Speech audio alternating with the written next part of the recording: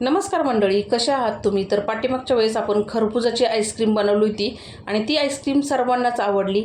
तर आज ना आपण थोड्या वेगळ्या पद्धतीने बनवत आहे. तर मुलं बाहेरून आईस्क्रीम आणतात, तर त्यांना म्हटलं मी घरीच बनवत जाईन, बाहेरून काय आणत नका जाऊ. तर काय नाही, इथं फुल क्रीमवालं 1 लिटर दूध मी कढईमध्ये घेतलं होतं आणि ते चांगलं आटून घेतलं अर्धा लिटर होईपर्यंत. तर आता अर्धा लिटर झाल्याच्या नंतर त्यामध्ये ना मी केसर टाकलं, अर्धा चमचा विलायचीची पूड टाकली, 2 चमचा मिल्क पावडर आणि 2 चमचे साखर टाकली. हे चांगलं मस्त आटून घेतलं आणि आता हे थंड करून घेतलं मी आणि नंतर एका प्लॅस्टिकच्या कंटेनरमध्ये ओतलं, म्हणजे हवा बाहेर गेली नाही पाहिजे असं पॅक कंटेनर घ्यायचं. त्यामध्ये ओतून झाकण लावून ना 5 तास मी फ्रीजरला ठेवलं होतं. नंतर दुपारी मी बाहेर काढलं आणि मुलांना काढून दिली होती आईस्क्रीम. तर मंडळी, ही ना आईस्क्रीम एकदम रबडीदार केसर फ्लेवरची आईस्क्रीम तयार झाली होती. मुलांनी तर खूप एन्जॉय केली आईस्क्रीम. मंडळी, तुम्ही पण ट्राय करून बघा आणि कमेंट करून नक्की सांगा कशी झाली ती. भेटूया पुढच्या व्हिडिओमध्ये. धन्यवाद.